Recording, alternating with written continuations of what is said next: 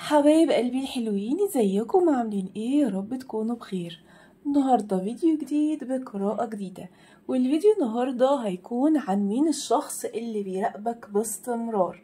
يعني الشخص اللي على طول بيراقبك، سواء في الحياة الواقعية او على الحياة الافتراضية، يعني السوشيال ميديا والحاجات اللي هي زي دي.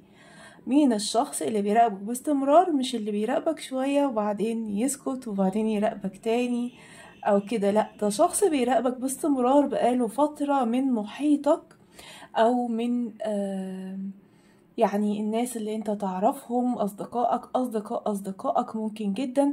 عايزين نعرف مين الشخص ده، ويا ترى مشاعره وتفكيره تجاهك ايه بالظبط في الفترة الحالية من غير اي حسف. الشخص ده بيفكر فيك ازاي؟ مشاعره تجاهك عاملة ايه؟ هل الشخص ده وراه مثلا شايف انه هو بيراقبك عشان ممكن انه يكسب منك حاجة، ياخد منك حاجة في مصلحته او كده، ولا يعني يقصد وراه حاجة، ولا الشخص ده هو فيه عنده مشاعر تجاهك صافية، ولا ايه بالظبط؟ تعالوا نشوف هو مين الشخص ده بالتفصيل، ونشوف يا ترى مشاعره وتفكيره تجاهك ايه. القراءة دي هتكون بأول حرف من اسمك انت او باختيار الأحجار. الحجر الأول هيكون الحجر الأزرق،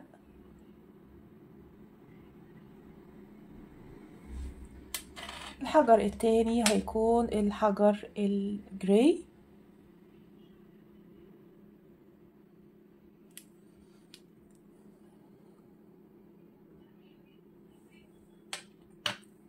اوكي، او بأول حرف من اسمك. يلا اسبقوا طاقتكم معايا واكتبوا يا ودود في الكومنتس تحت، وكمان اعملوا لايك على الفيديو ده عشان طاقتكم توصل لي. ويلا نركز في القراءة بتاعتنا ونشوف طاقة مجموعة رقم 1 الحجر الأزرق. وكمان لو حد محتاج يحجز قراءة مدفوعة يتواصل على رقم الواتساب، هتلاقوه في الديسكريبشن بوكس وفي التعليق المثبت الأول. يلا بينا نشوف طاقتك ايه يا ترى يا مجموعة رقم 1.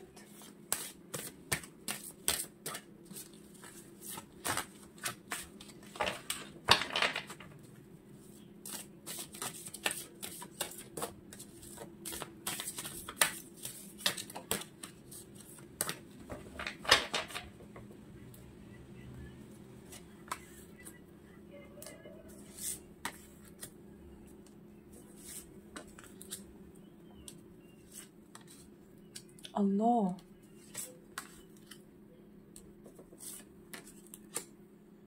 الله. على فكرة يا مجموعة رقم 1، حتى لو انت مش حاسس، ولكن في حواليك ناس بصلك بانجذاب او باعجاب، عندك طاقة انجذاب عالية. الناس هم اللي بينجذبوا عليك يعني، او عندك طاقات المعجبين حواليك كتير يا مجموعة رقم 1.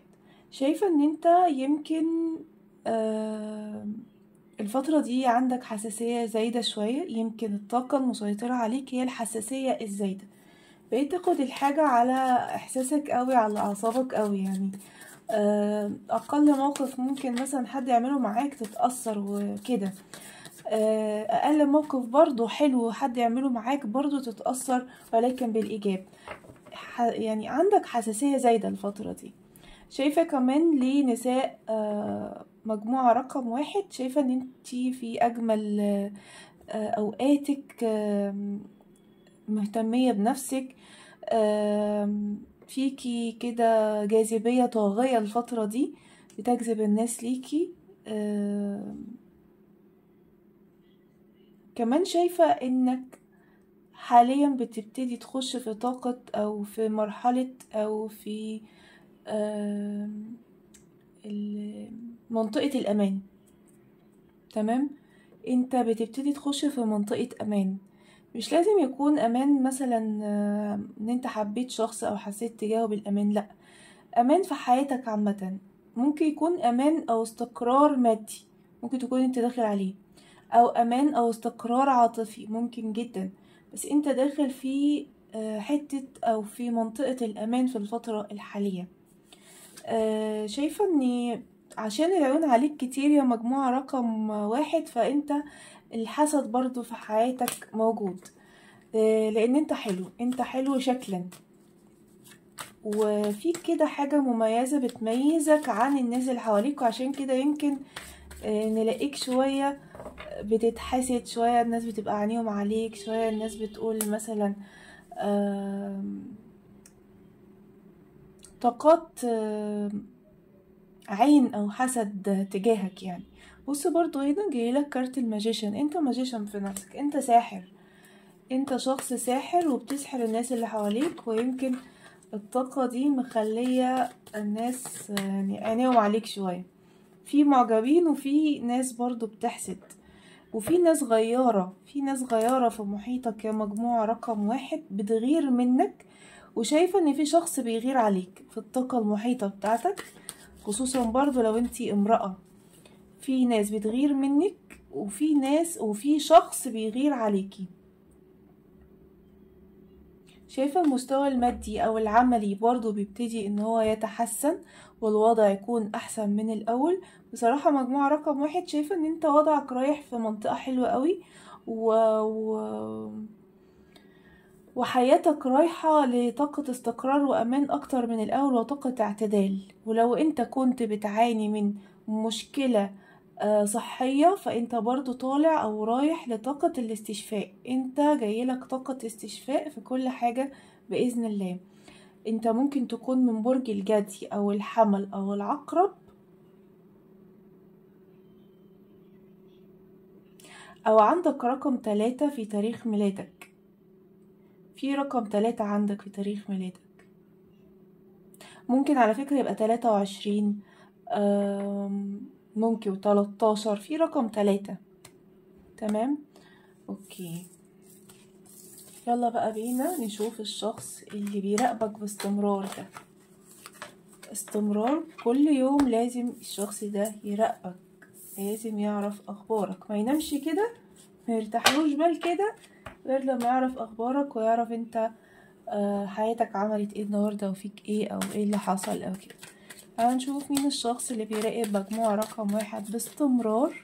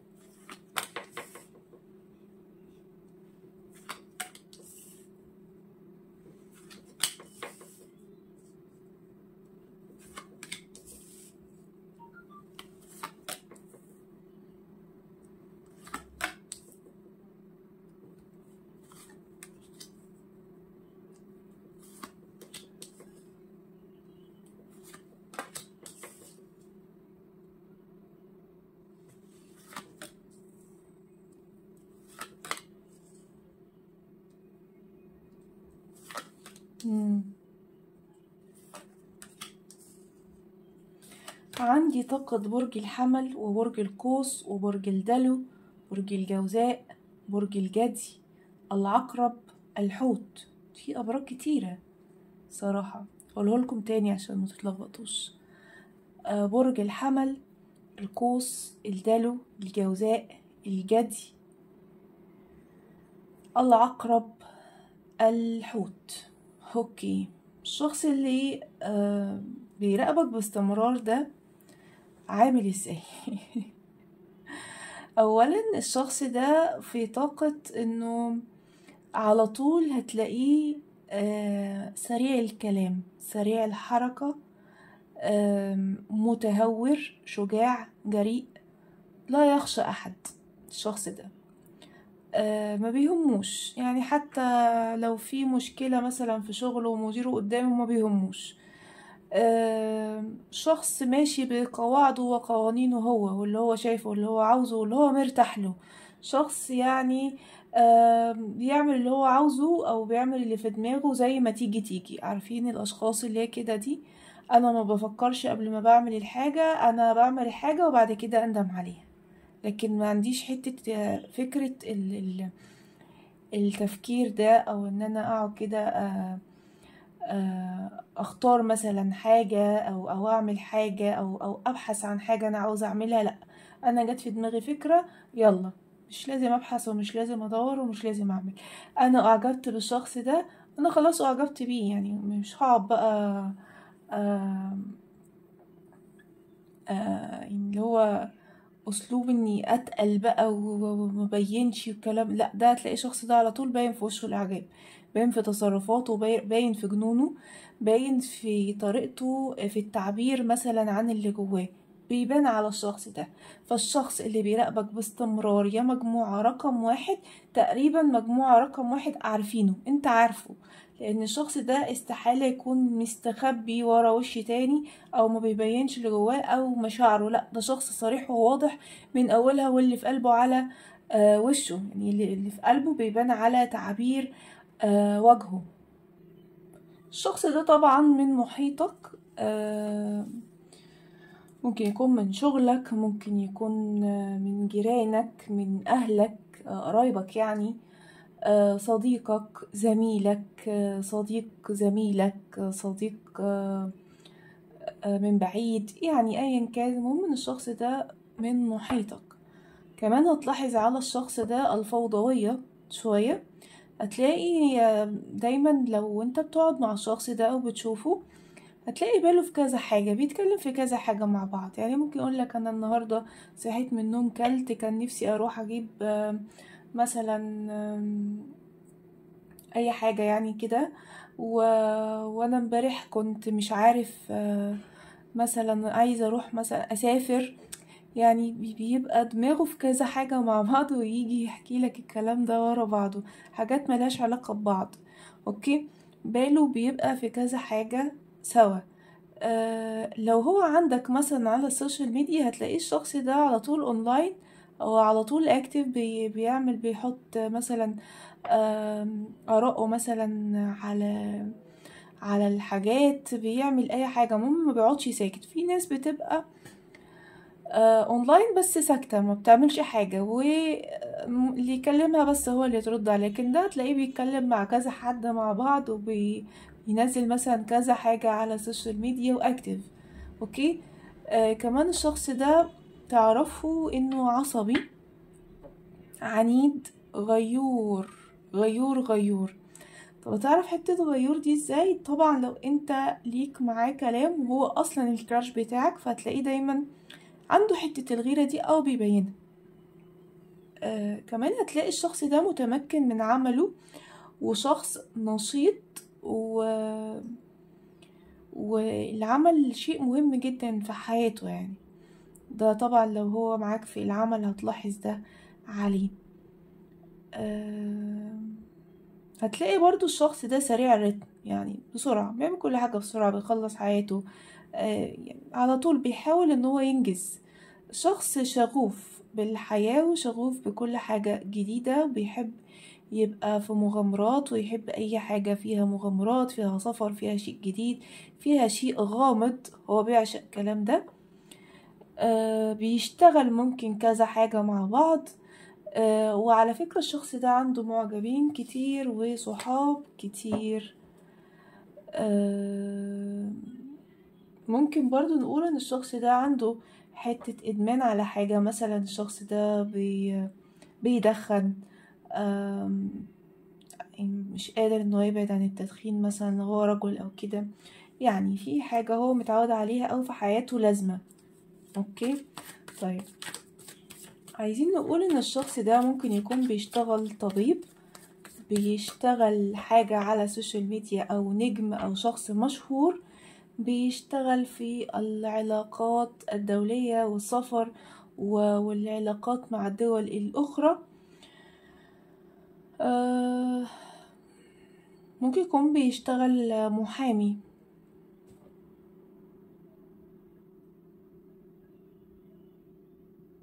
أو بيشتغل مترجم أو مدرس،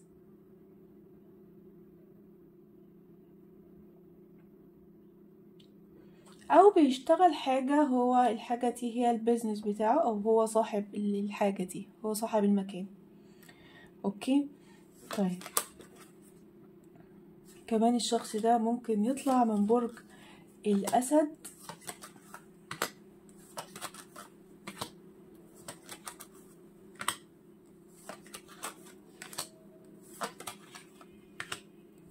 برج الجوزاء منور معانا يعني، ممكن برضو، وبرج الحوت.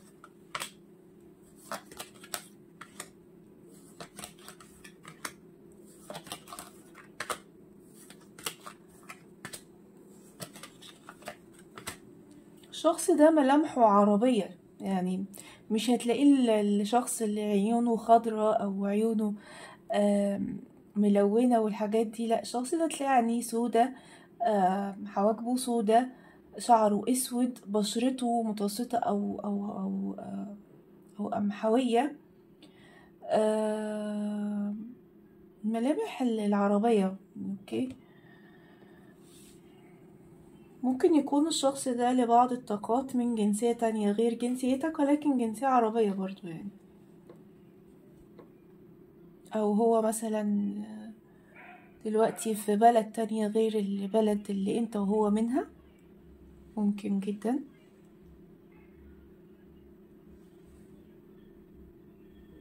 الشخص ده ممكن يكون اول حرف من اسمه الجيم، لان الحرف ده متكرر كتير، او حرف الميم،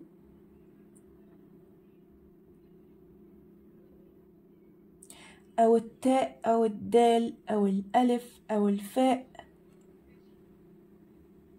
او النون. ممكن جدا كمان حرف النون لانه متكرر كذا مرة. طيب تعالوا نشوف بقى، يا ترى الشخص ده مشاعره وتفكيره تجاهك.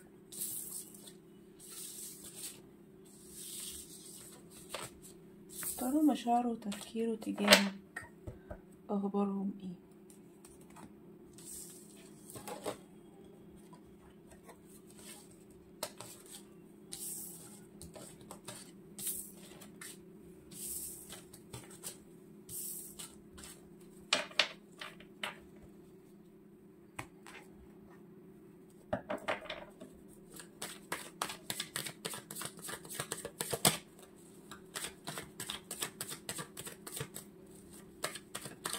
نعرف مشاعر هذا الشخص وتفكيره تجاه مجموعة رقم 1.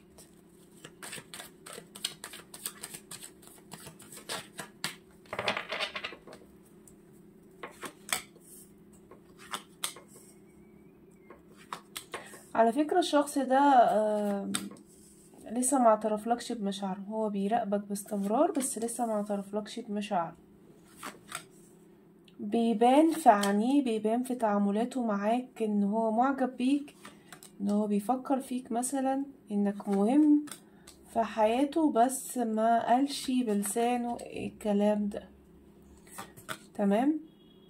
قلتلك هو شخص بيبان عليه على طول، ولكن هو لسه لحد دلوقتي ما قالش بلسانه. يعني هذا الكراش او هذا الشخص يكراش عليك، يعني معجب بيك.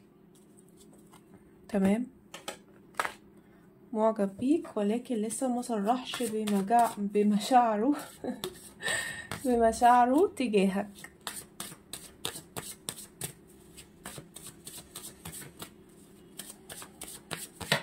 اوكي، يلا نشوف المشاعر هتقول ايه. ده ايه ده ايه ده ايه ده ايه ده ايه ده chemistry و attraction ايه. اوكي،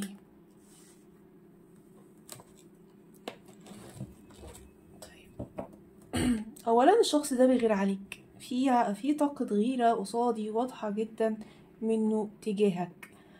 عنده طاقة مشاعر وانجذاب، بياخدوه دايما ليك، عاوز يعترف لك بمشاعره، حابب انه يعترف لك بمشاعره، حابب انه يقرب منك ويكلمك عن مشاعره بكل حرية، ولكن في شيء بيخوفه وبيرجعه، في شيء بيخليه مش قادر انه يعمل ده.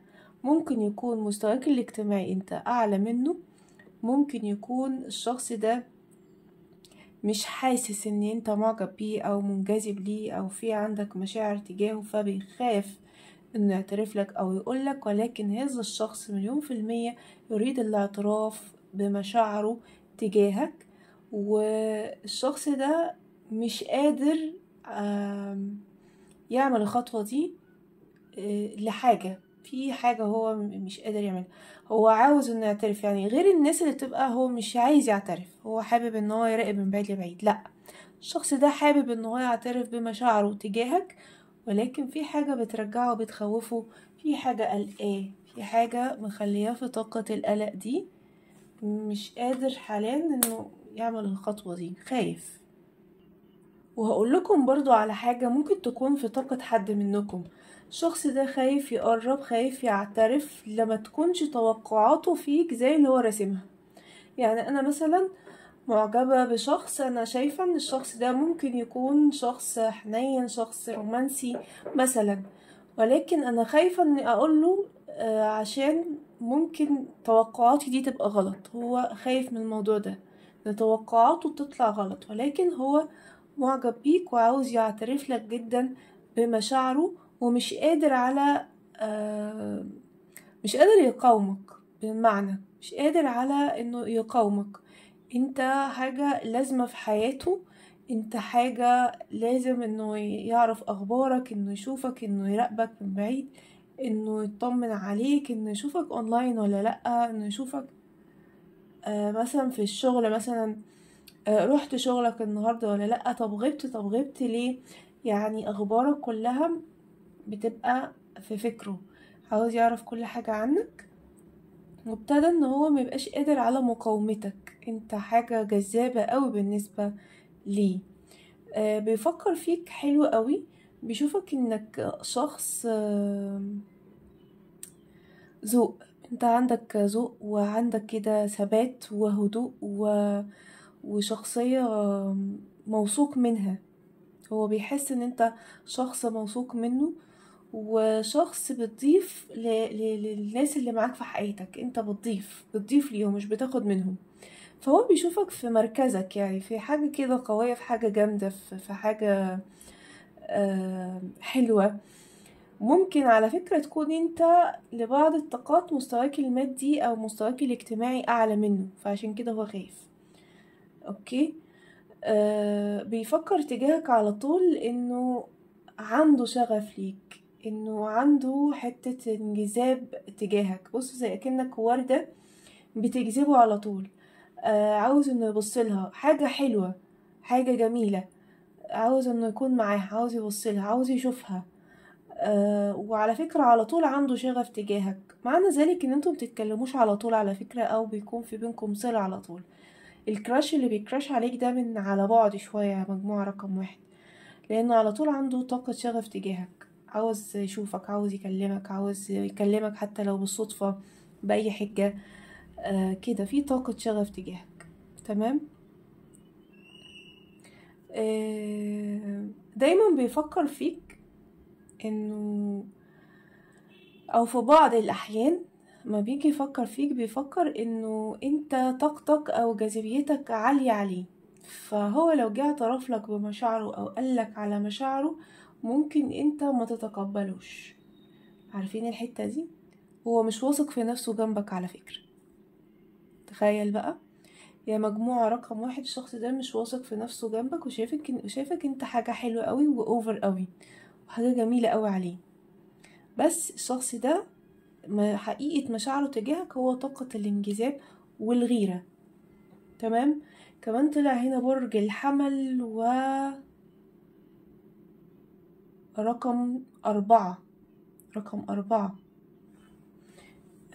طيب، ولكن كروت الرومانس او كروت المشاعر فيها كيمستري، فيها اتراكشن، يعني حاجات مش قادر يقاومك.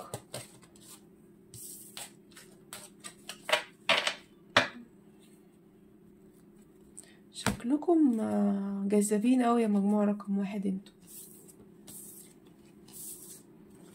طيب تعالوا نشوف طاقة مجموعة رقم 2. شكرا مجموعة رقم 1. يلا بينا نشوف طاقة الحجر الجراي. يا ترى طاقتك تقول ايه يا مجموعة رقم 2؟ يلا اسبقوا طاقتكم واعملوا لايك على الفيديو، اكتبوا يا ودود في الكومنتس تحت يلا بينا نشوف طاقة مجموعة رقم 2 يا ترى هتقول لنا ايه.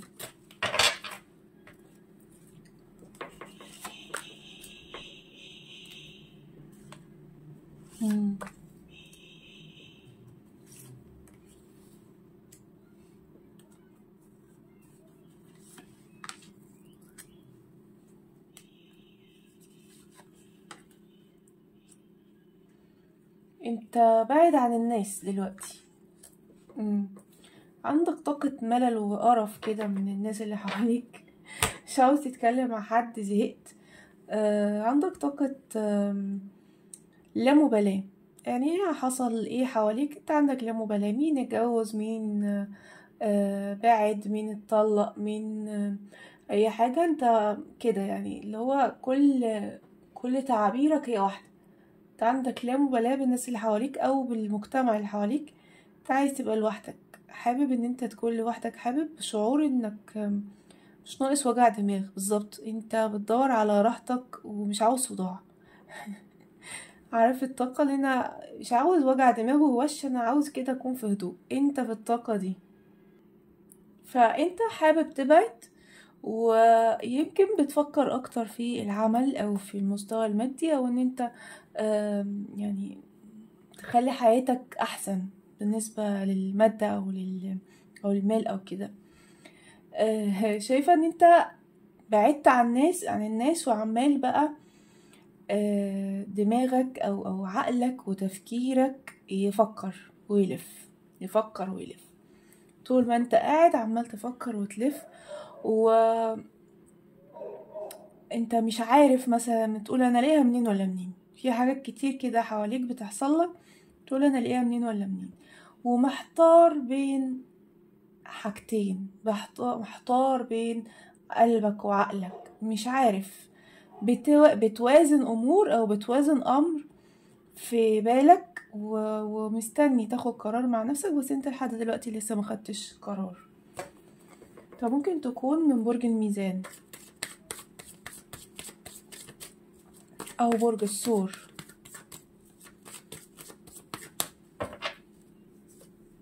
يمكن مؤخرا قلت ايه، انا مش هاجي على نفسي عشان خاطر حد، انا اللي شايفه الصح هعمله، اللي شايفه في مصلحتي هعمله.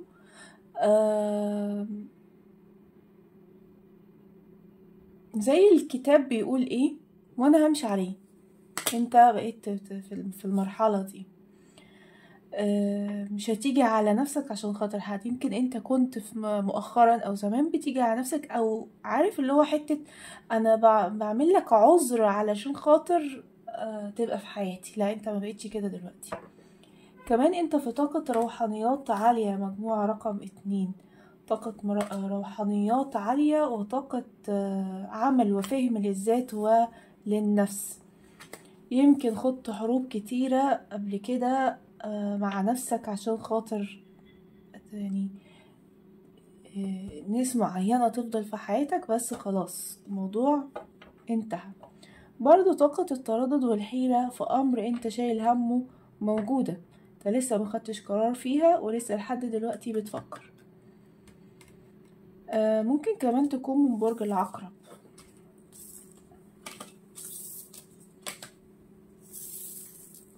طيب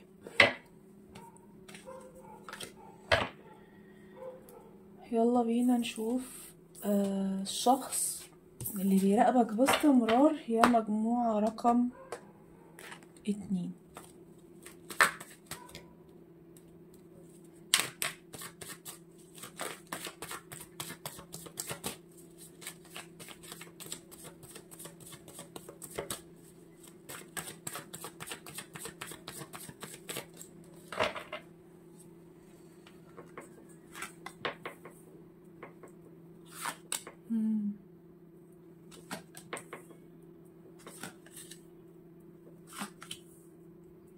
ايه ده؟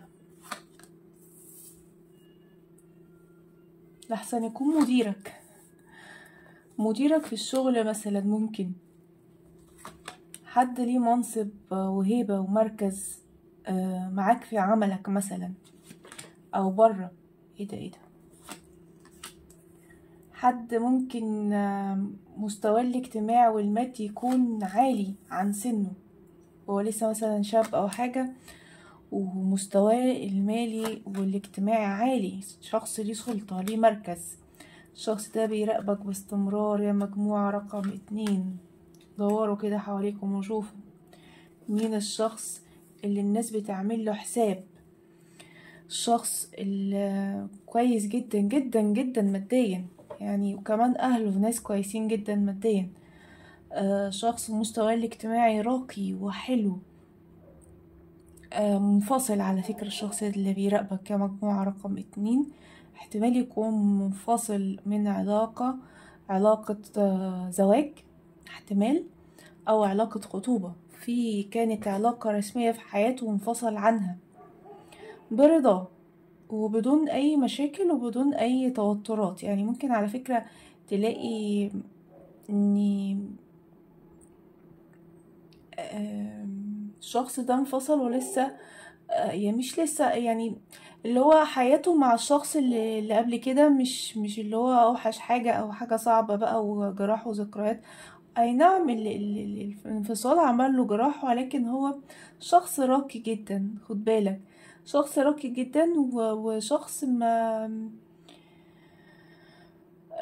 عارفين اللي هو النهايات اخلاق والكلام زي ده، هو بيمثل الموضوع ده. فهو شخص منفصل على فكرة يا مجموعة رقم 2، احتمال تكون من علاقة زواج واحتمال يكون من علاقة خطوبة. اوكي. شخص عاقل كده وشخصية كده في مكانه، عاقل بدرجة يعني خليك تقول ايه ده، في ايه العقل والرزانة اللي في هذا الشخص. ثابت في موقفه، هادي، يعرف ياخد قرارات، يعرف جدا ياخد قرارات، صارم في حياته، منظم، وصل لمستوى كويس جدا ماديا، مرتاح في حياته العملية، ماشي بمبدأ الصح والخطأ اللي انا كنت لسه بقولك عليه. انت بقيت تقول انا كتاب هيقول ايه وانا همشي وراه، هو الشخص ده كده الكتاب بيقول ايه وهو بيمشي وراه. هو ما بيحبش الكذب او الخيانة او الغدر او الحركات دي كلها، مش هتلاقيها في الشخص ده، وهو اساسا ما بيحبش الكلام ده.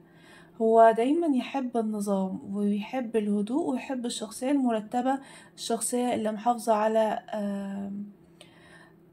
حياتها الهادية ومحافظة على استقرارها. هو بيحب الشخصية دي، فأكيد انت شخص محافظ على استقرارك وعلى حياتك الهادية، عشان كده الشخص ده بيراقبك باستمرار وعينه عليك. من بره ما يبانش عليه خالص انه يحب او يعجب او يكون عنده مشاعر او يكون كده، لا تحس ان هو الشخصية لا مش هتيجي معاه الكلام ده، ولكن من جواه ده جميل قوي، ده حاجة حلوة قوي يعني. من جواه طفل بريء الشخص ده، أو أيا كان سنه ايه، يحب الاهتمام ويحب الشخص اللي يكون واخد باله منه ويحب كل ده. بس حاليا الشخص ده منفصل أو سنجل أو مفيش حد في حياته خالص، الشخص ده بيراقبك باستمرار. ممكن يكون الشخص ده بيشتغل في حاجة ليها مركز وليها مكانة وليها سلطة، أو ان الشخص ده مديرك، أو ان الشخص ده ماسك مثلا حاجة كويسة في الشغل بتاعك برضو ليه مكانة، او الشخص ده بيشتغل حاجة تبع تجارة اهله مثلا،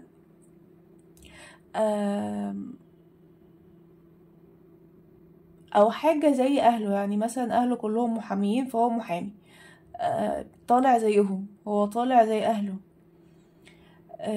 ممكن جدا يكون بيشتغل مدرس، او ممكن كمان يوصل ان هو يكون دكتور، او معيد مثلا في جامعة، مستواه العلمي عالي، شخص روحاني غامض،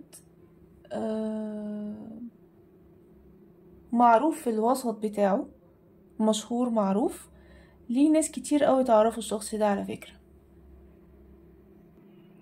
شخص صادق مع نفسه ومع الآخرين.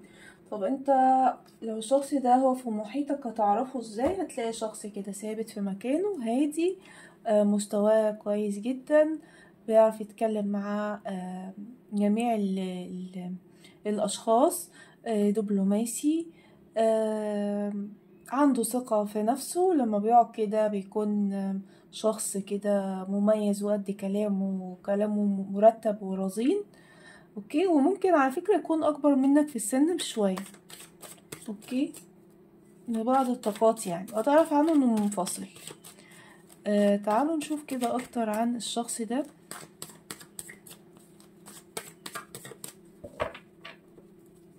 قلتلكم الشخص ده ممكن يكون بيشتغل ايه. طلع لي عامة طاقة المدرس او دكتور في جامعة، او محامي، او بيشتغل حاجة ليها علاقة بشغل اهله، او مديرك في العمل. طيب، عامة الشخص ده ممكن جدا يكون اول حرف من اسمه حرف التاء، حرف الباء، حرف الالف، حرف الياء، حرف السين، حرف العين،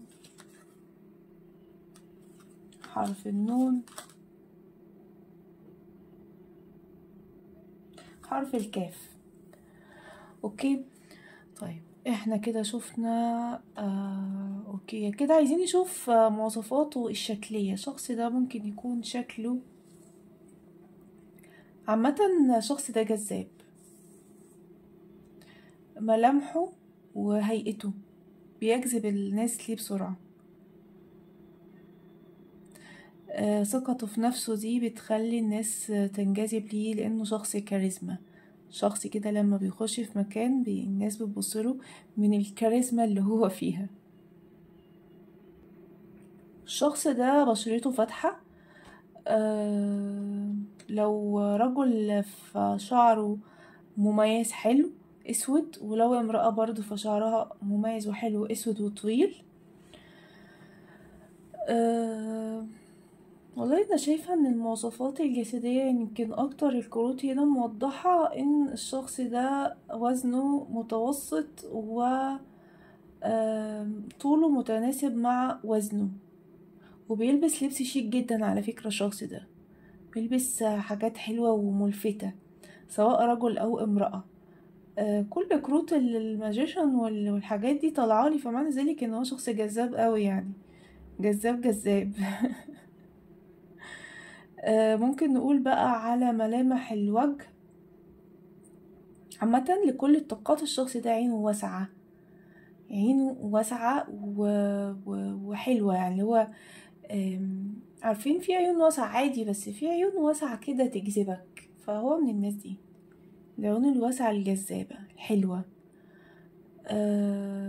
جبهته عريضة، شعره مميز زي ما قلنا، وبشرته فاتحة. تمام. طيب تعالوا بينا نشوف بقى الشخص ده.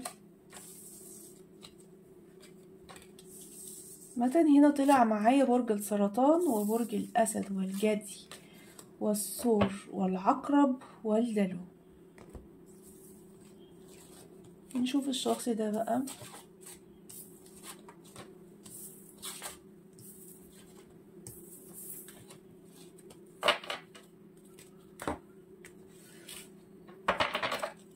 مشاعره وتفكيره فيك ايه؟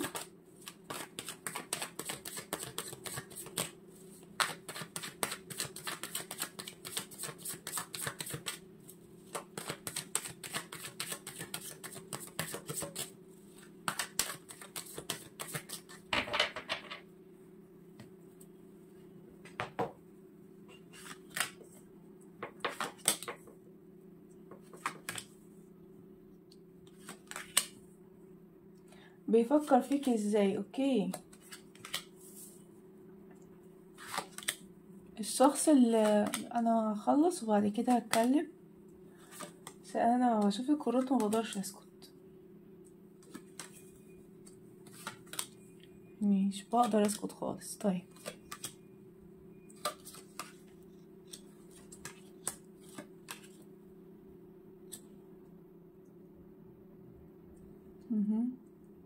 اقول لكم الابراج برضو. برج الحمل والجدي والعقرب والحوت والجوزاء. تعالوا بينا ناخد كروت رومانس برضو.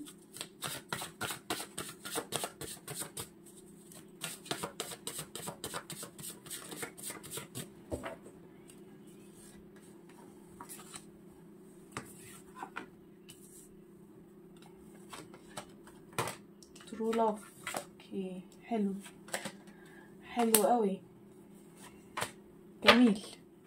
الشخص ده متعلق بيك يا مجموعة رقم 2. اتعلق خلاص. موضوع بان واتكشف. يمكن هو مش كشفهولك، بس انا بقولك انه الشخص ده اتعلق بيك خلاص، ومش عارف يخرج من طاقة التعلق اللي هو اتعلق بيك دي. يعني حط رجله مش عارف يخرج. عايز يتعرف منك، يتعرف اكتر عليك ويقرب منك اكتر. الشخص ده كده في لبعض الطاقات، الشخص ده عنده مشاعر حب تجاهك، خصوصا لو العلاقة دي بقالكم كتير وبتتعاملوا مع بعض وبتشوفوا بعض. بس مفيش اعتراف، لا مفيش اعتراف، بس عنده مشاعر تجاهك، مشاعر حب. عامة يا جماعة، الشخص ده بيفكر فيك ازاي؟ دايما بيشوفك في طاقة زوجه المستقبلي، النايت اوف بنتكلز والتين اوف بنتكلز. دايما بيشوفك في طاقة الزواج والاستقرار. هو شخص مستقر على فكرة، والشخص زي ما قلت لكم بيمشي بالكتاب. فلما بيجي يفكر فيك او بيفكر فيك ازاي، دايما بيشوفك في طاقة الزوج، انت كزوج. طيب هو متردد في فكرة انه يعني الزواج او العرض الزواج او كده، متردد في الشيء ده، بس بيفكر فيه وبيفكر جديا. ده طلع لك كينج اوف سورد مع الكوين اوف سورد، يعني تفكير شديد قوي في موضوع الزواج منك كمجموعة رقم 2، خصوصا لو الشخص ده في تعامل مباشر ما بينك وما بينه، وبقالكم فترة يعني بتتعاملوا مع بعض. الشخص ده في طاقة تفكير في الزواج منك جديا، بس لسه ما خدش القرار، بيفكر يعني كده وكده. وبيشعر بمشاعر تجاهك، ويمكن يعني بيقعد يقول ايه، لا انا عايزه اتعرف عليه اكتر، عايزه اقرب منه اكتر. بس يعني الشخص ده ما بيعرفش يفتح كلام يا جماعه، ما بيعرفش يتكلم، ما بيعرفش يقول حاجه، مش بيعرف يعمل ده. هو دايما كده في طاقه الشخص اللي قاعد في مكانه. فخصوصا بقى لو انتي امرأة، فالموضوع هتلاقيه معقد شوية منه يعني. اوكي، بس هو بيفكر فيك ازاي؟ بيفكر فيكي كزواج. لو الشخص ده لسه متعرف عليه، في طاقة شغف منه ليك. في طاقة شغف منه هو تجاهك، وطاقة المراقبة عليك بتزيد يوم عن يوم. والشخص ده فعلا بيراقبك باستمرار ومعجب بيك جدا جسديا. لو هذا الشخص انت لسه متعرف عليه ما بقالكش فترة كبيرة يعني، بس لكل الطاقات الشخص ده خلاص هو اتعلق خلاص، مفيش مفر. عامة لما بيشوفك، لما بيتكلم معاك، بيحس ان هو متوافق معاك جدا. ده تفكيره تجاهك، او ده اللي بيشوفه تجاهك. ودايما بيشوفك في طاقة القمر، طاقة الشخص الغامض الجميل. شايف القمر بيبقى خجول وحلو يعني. انت حد ذكي جميل، ملامحك جذابة، شخص ملامحك هادية بتجذبه، وشخص هادي وخجول. فدايما هو بينجذب و... ويبقى عنده شغف تجاه الأشخاص اللي زي دي، وانت كده. عشان كده هو منجذب وبيفكر وبيراقب باستمرار عليك، على طول بيراقبك. بس هو شخص ممكن ما يبقاش في بالك خالص خالص ان هو بيراقبك باستمرار. مش عارفة ليه انا حاسة ان الشخص ده مديرك في الشغل، مش عارفة. احساس من اول ما نزلت الكروت ان الشخص ده معاك في العمل، مستواه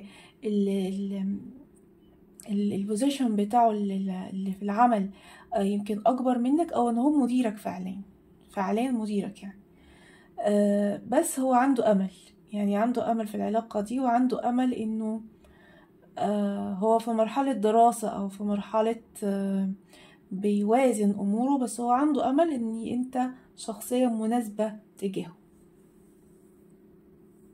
اوكي، طيب انا كده خلصت القراءة النهاردة، يا رب تكون القراءة عجبتكم وانطبقت معاكم. ما تنسوش اللايك والسبسكرايب وتعملوا شير لاصحابكم عشان يتفرجوا معاكم على الفيديو.